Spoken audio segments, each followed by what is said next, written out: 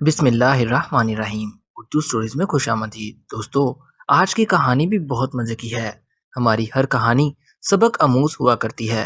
کہانی شروع کرنے سے پہلے آپ لوگوں سے گزارش ہے کہ ہمارے اس چینل اردو سٹوریز کو سبسکرائب ضرور کر لیں تاکہ ہمارے آنے والی ہر نئی کہانی کا نوٹیفیکیشن آپ کو بر وقت مل سکے۔ یہ کہانی آج سے بہت زیادہ پرانی ہے۔ بابل شہر میں ایک عورت رہا کرتی تھی جس کو لوگ اچھا نہیں سمجھتے تھے، اور واقعی اس عورت کا کردار اچھا نہیں تھا۔ جب وہ عورت اللہ کو پیاری ہو گئی تو اس کے گھر والوں نے اسے دفن کرنے سے انکار کر دیا، یہاں تک کہ اس کے گلی محلے والے لوگوں نے اس کا جنازہ پڑھنے سے بھی انکار کر دیا۔ اس عورت کے گھر والوں نے جب یہ حالات دیکھے تو انہوں نے بجائے دفنانے کے اس عورت کو ایک کوڑے کے ڈھیر پر پھینک دیا۔ اللہ تعالیٰ کو لوگوں کا ایسا رویہ پسند نہ آیا کیونکہ یہ ایک اچھی بات نہیں تھی۔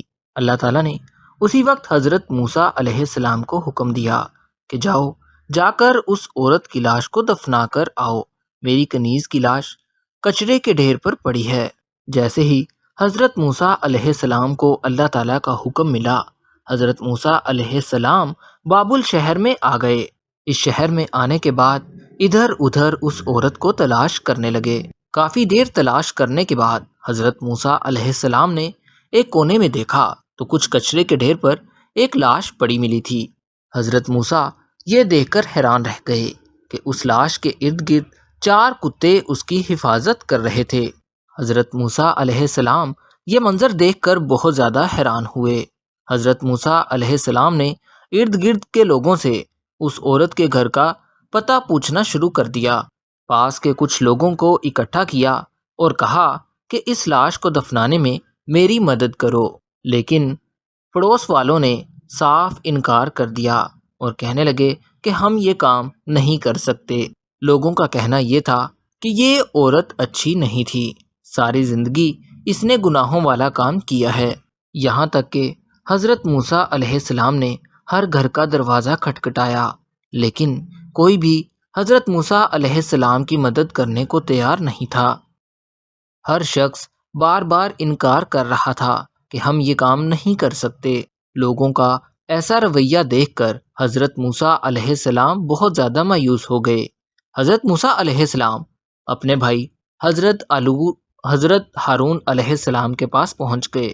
اپنے اس بھائی کو اس عورت کی لاش کے پاس لے کر آئے۔ دونوں نبیوں نے مل کر اس لاش کو اٹھایا، لیکن ایک دفعہ پھر مشکل کا سامنا کرنا پڑا کیونکہ نہلانے کے لیے کوئی بھی عورت راضی نہیں ہو رہی تھی۔ حضرت موسیٰ علیہ السلام نے جلدی سے اپنی زوجہ کو حکم دیا کہ تم اس کو غسل دو۔ اس کے بعد حضرت موسیٰ علیہ السلام نے اس کو دفن کر دیا۔ جیسے ہی حضرت موسیٰ علیہ السلام یہ کام کر کے واپس لوٹے تو شہر کے لوگوں نے آپ علیہ السلام کو گھیر لیا اور کہنے لگے، آج ہم تم سے کچھ پوچھنا چاہتے ہیں۔ اے موسیٰ، ہمیں صاف صاف اس بات کی وضاحت دے کہ تو نے ایک بدکردار عورت کو اتنی زیادہ عزت کیوں دی ہے۔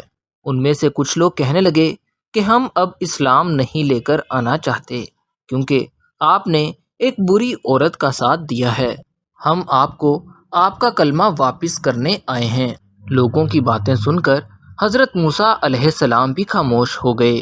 کچھ دیر سوچنے کے بعد حضرت موسیٰ علیہ السلام نے لوگوں کو مخاطب کیا اور کہا کہ میرے بھائیوں، یہ اللہ تعالیٰ کا حکم تھا جس کو میں نے پورا کر دیا۔ میں تم سب لوگوں سے وعدہ کرتا ہوں کہ اگلی بار جب میں کوہ طور پر پہنچوں گا تو سب سے پہلے اللہ تعالیٰ سے یہی وضاحت پوچھوں گا۔ تم سب لوگوں کو تمہارے اس سوال کا جواب مل جائے گا۔ حضرت موسیٰ علیہ السلام کی ایسی بات سن کر سب لوگ واپس اپنے گھروں میں چلے گئے۔ کچھ دنوں کے بعد جب حضرت موسیٰ علیہ السلام کوہ طور پر پہنچے تو حضرت موسیٰ علیہ السلام نے اللہ تعالیٰ سے کہا، اے میرے پروردگار، اس شہر کے لوگ مجھ سے بہت زیادہ سوالات کر رہے ہیں، میری مدد فرما۔ لوگ بار بار مجھ سے ایک ہی سوال کرتے ہیں کہ میں نے ایک بدکار عورت کو اتنی زیادہ عزت کیوں دی اور اسے دفن کیوں کیا۔ اللہ تعالیٰ اسی وقت حضرت موسیٰ سے مخاطب ہوئے اور کہنے لگے، اے موسیٰ، اس بات میں کوئی شک نہیں کہ یہ عورت بالکل بھی اچھی نہیں تھی۔ ساری زندگی اس نے گناہوں والے کام کیے تھے، مگر اے موسیٰ، مجھے اس عورت کی ایک ادا پسند آ گئی تھی، جس کی وجہ سے میں نے اس عورت کو بخش دیا تھا۔ ایک دفعہ یہ عورت ایک ایسی جگہ سے گزر رہی تھی جہاں پر ایک کتا پیاس کی شدت سے مر رہا تھا۔ اس عورت نے کافی دیر تک اس کتے کی طرف دیکھا۔ جب یہ عورت اس کی طرف دیکھتی تو اس کو اس کی حالت پر رحم آ گیا۔ اس عورت نے کنویں کے پاس جا کر اپنے جوتے میں پانی ڈالا اور اس پیاسے کتے کے پاس لا کر اسے پلایا۔ پانی پیتے ہی اس کے تڑپتے ہوئے جسم میں جان آ چکی تھی۔ اے موسیٰ، مجھے اس عورت کی اس دن یہ رحم دلی بہت زیادہ پسند آئی۔ اے موسیٰ، میں نے اسی روز اس عورت کے سارے گناہ معاف کر دیے تھے۔